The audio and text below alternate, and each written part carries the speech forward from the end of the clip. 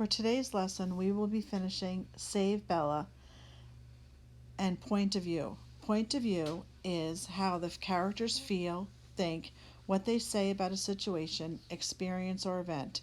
It is their perspective on it. The point of view of the narrator can be first person, second person, or third person. The point of view of the characters can change the events in a story. As we read, let's try and think about how does Darren's point of view of Hurricane Katrina influence how the story is told?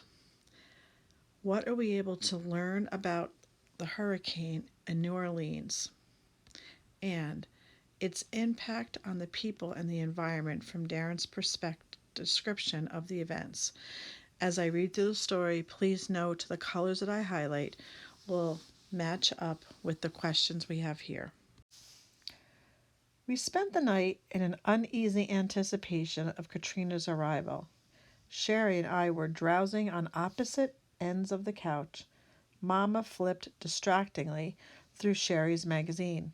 Daddy pretended to snore in his leather chair, but I knew he wasn't really sleeping because of the tap, tap, tap of his finger on the chair's armrest. Only Granny seemed unconcerned. She'd gone to bed as if our home wasn't directly in the path of a rampaging, miles-wide monster. Despite the constant howling of the wind, I must have fallen asleep because my sister was frantically shaking me awake. The electricity had gone out sometime during the night. It was dark, but candles were lit. I sat up and felt water splash over my feet as they touched the floor. Water was gushing in around the front door and trickling down the windowsills, too. Rain hammered against the side of the house, and the wind was like 1,000 hungry ghosts shrieking to be let in.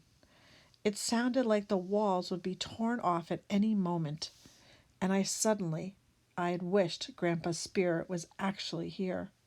For a brief second, I imagined him standing in the middle of the room, hands raised like a magician, using his ghostly powers to hold the house together.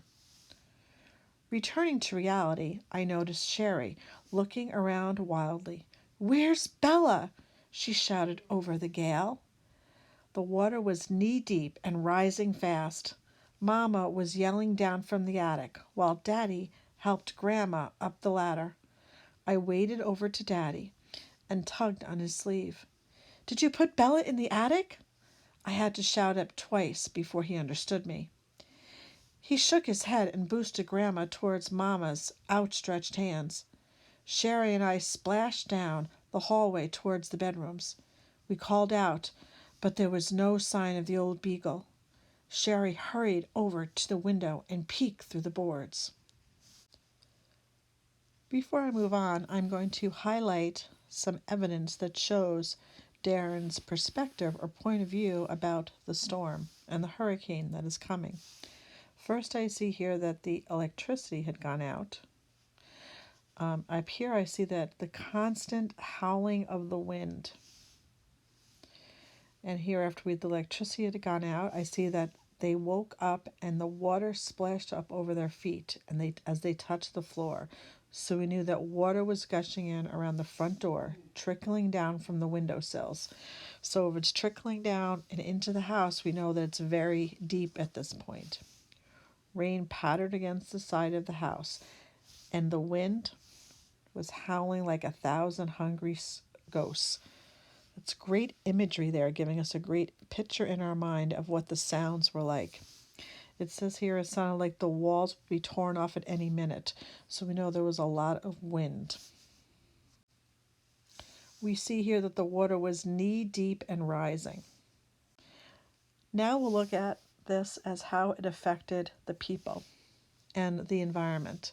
You can see that everyone had a very uneasy anticipation about Katrina's arrival, which means they were very upset. They were worried about it. We also see that that Mom was distracted. And down here we can also see that the family had to go up into the attic as they were taking Grandma up the ladder, and Daddy and Mama were already there. and that they were concerned because they couldn't find Bella. Darren, she pointed toward the backyard. She's outside. Sherry, don't.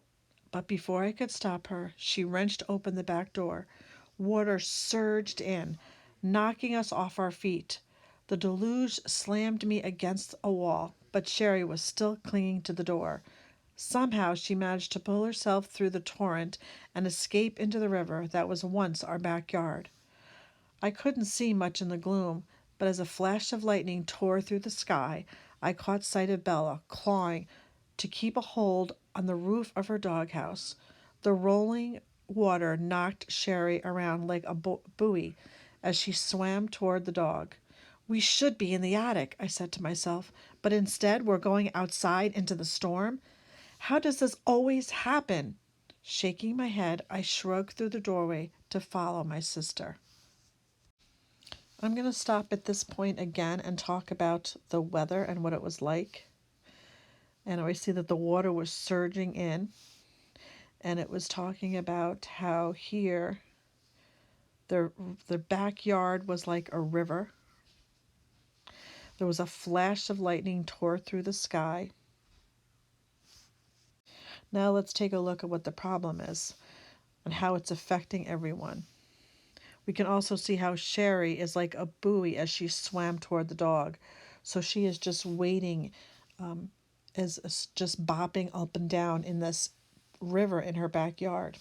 We said that the dog is on top of the roof because he is caught and he is trapped.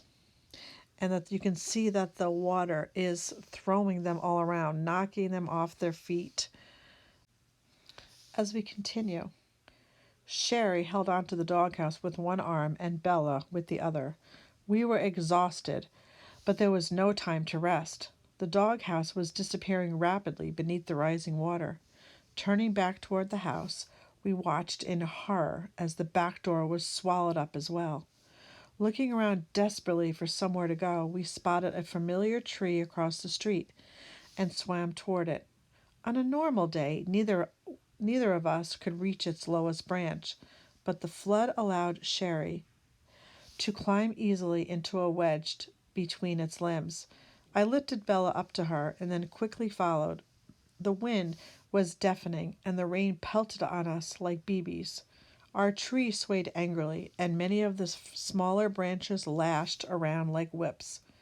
Settling into the questionable protection of the tree, I shouted in Sherry's ear,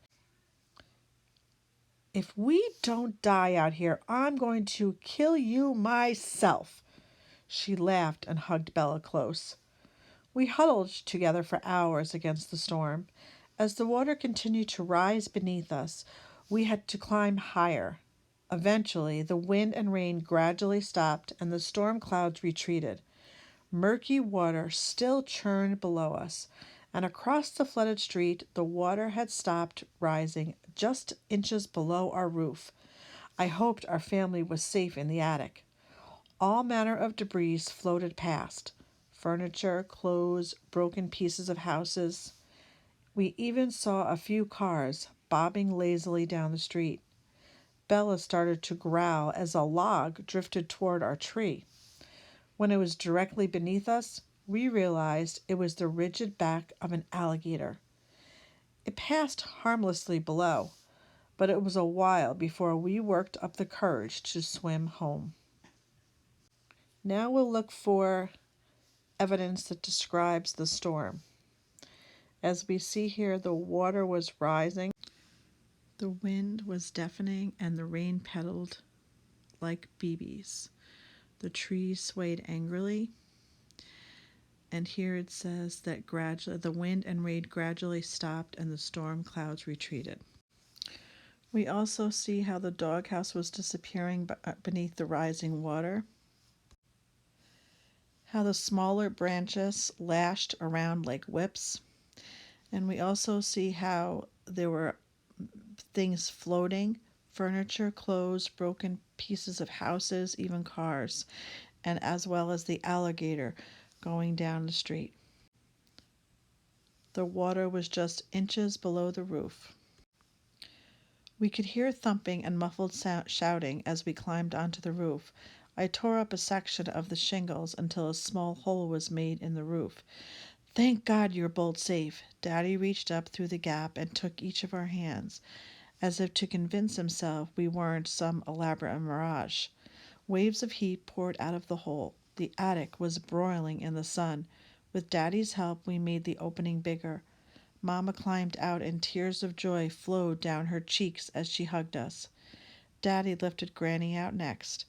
She was suffering from heat exhaustion, so Mamma gave her some food and water taken from the supplies we'd put in the attic. Daddy made a sunshade out of a tarp, and we spent the rest of the day out of the sun's punishing glare. The sun was going down when we heard a boat engine approaching. We shouted and waved our hands until its driver saw us. Our relief didn't last long enough, though. The man would help us, but we couldn't take Bella. I was afraid that Sherry would refuse to go, but after a brief argument, Daddy decided to stay behind instead. A few days later, rescuers forcing all remaining survivors to evacuate their homes. Daddy had to leave Bella in the attic. He exclaimed later that he used the tarp and some duct tape to make a sign that read, "Save our dog Bella," stranded in the attic. In this section here, we can see how Grandma was suffering from heat exhaustion from being in the attic. That the family spent the rest of the day up on top of the roof in the glaring sun. That families had to be rescued and evacuated from their homes, and that people had to leave their pets behind because they weren't allowed to take Bella with them. A week after the storm, animal rescue teams were finally allowed into the city to search for pets abandoned during the evacuation. We feared the worst, and another week passed without a word. Just as we were about to lose hope, we learned that Bella had been found and taken to an animal shelter. She was weak and malnourished, but the vet reassured us that she would make a full recovery.